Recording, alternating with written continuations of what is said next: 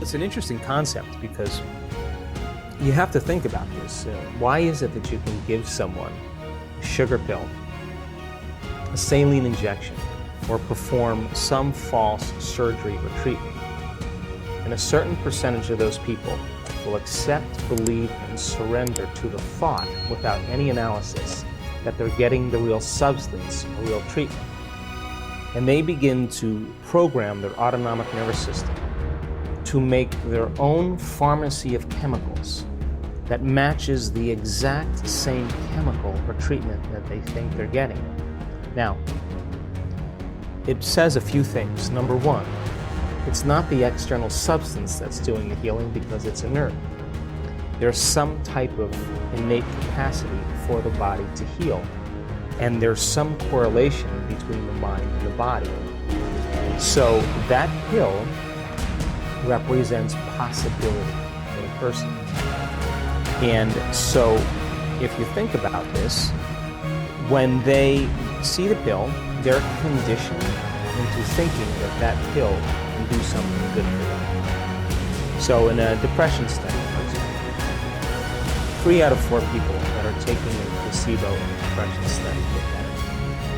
Now that's 75%, which means that when that person sees the pill represents hope, possibility. They begin to select a new idea, a new thought, that they could be better, a possibility. It's called a clear intention. Some people will begin to become inspired, enthusiastic, excited, and when you combine that clear intention with an elevated emotion, you are changing a person's biology from living in the past to living in the future. And they begin to make their own pharmacy of antidepressants that begins to help them. Now, it's not a one-shot deal, because in those studies, for example, the person who's taking the placebo has to take that pill for 6 weeks or 8 weeks. So every day, then, they're reminding themselves of a new future reality. And that pill represents a symbol. It represents a symbol of hope, a symbol of possibility. And instead of them relating to themselves in a limited way, that they have to resign to the idea that they can't think greater than how they feel in a depression study, or feelings have become the means of thinking, they're actually changing their physiology by thought alone. And the redundancy and the repetition of that cycle begins to select different functions in the nervous system. And your nervous system is the best pharmacy or drug producer in the world, and begins to select new genes and instruct new genes to cause a person's biology to begin to change. And if you keep knocking on the genetic door, there's a good possibility that you can program a gene or upregulate a gene to do something well and downregulate a gene to turn off. And so my interest is in understanding how the placebo works.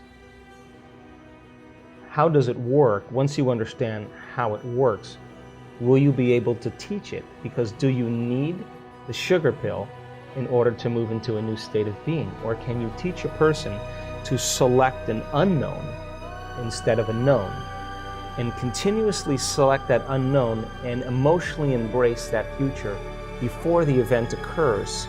So much so that the body, as the unconscious mind, begins to believe it's living in that future reality in the present moment.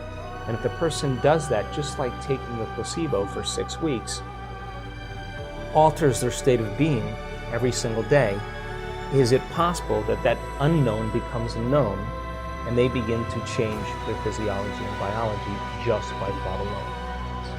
Now, she's changed her belief about her past, because she's no longer saying, I am this way because of my relationship with my husband.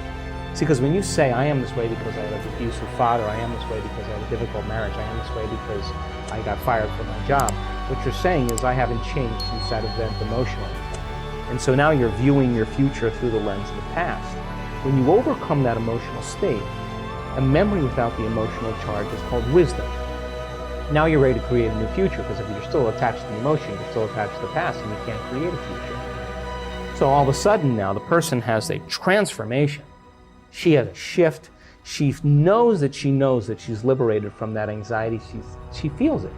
And as a result of it, in a matter of moments, Ben, her biology reorganizes to a new mind. And now I'm watching her eat pizza, I'm watching her eat a hamburger, she's laughing, and it's sustained.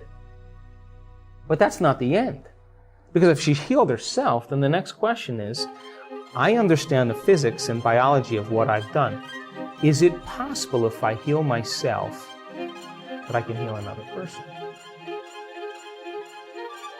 If people are really, really believing that their astrological sign determines their destiny, then they will look for, based on their perception, the correlations that are equal to their belief system. I don't particularly believe that because I'm born at a certain time under a certain house that has anything to do with me creating the life that I want to have, right? So many people will, though, and because they do, they'll select, like, oh, I saw 11:11 on the clock. Well, you've seen 2:36 on the clock and 4:18 on the clock, but you're looking for 11:11. Well, then that's your reality, because that's where your attention is, right? So I don't subscribe to that, but I respect that, because that person is going to keep that belief until it no longer serves them. And they're either going to evolve their belief or they're not. And if they don't, so be it. But if they do, they're going to realize sooner or later it's not working for them. I have certain beliefs right now that I honestly am questioning, that I still think are limited beliefs. But in order for me to change those beliefs, I'm going to have to come out of my resting state, have to step out into the unknown and really check to see and execute in a very different way. I can tell you that there is a strong majority of people who are still taking the placebo, who are still making their changes. Because we know that, like in a Parkinson's study, you give Parkinson's patients a placebo and more than 50% of them, their intention tremors go away. But if you take those people after they're making 200 times the amount of dopamine by getting a saline injection or an injection of distilled water, they're making their own dopamine.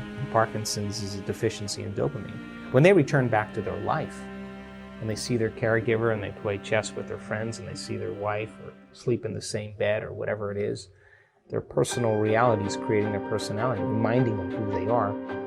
Their disease comes back because they're back to the same identity. And that's how strong the environment is. So our students who continue to do the work are still sustaining and producing more changes. Now, that's the majority of our students, because our students are committed.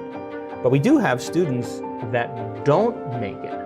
Why? Because we're doing something that is unknown. We're doing something. Not everybody is going to make that. Like, not everybody's going to finish the mile. Not everybody's going to make the journey to the top of the mountain. You know, it's a journey. And so we ask people then, the ones that have had chronic diseases or conditions, the majority of them, by the way, are still doing exceptionally well. Some of them have had a disease return. And what we have them do is measure. Every 3 months or 6 months, you measure. Why? Because this is not about denial. This is about knowing. So with the people who have had some conditions return, we ask them to measure, and then we ask them to go at it again.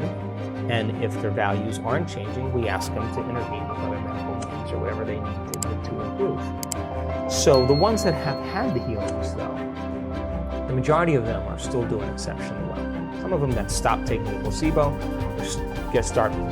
they lose their job, they lose their mother, they lose their life, they get stressed, and they go back to their old self. Well, it's a matter of time when we're going to start seeing some of those conditions return.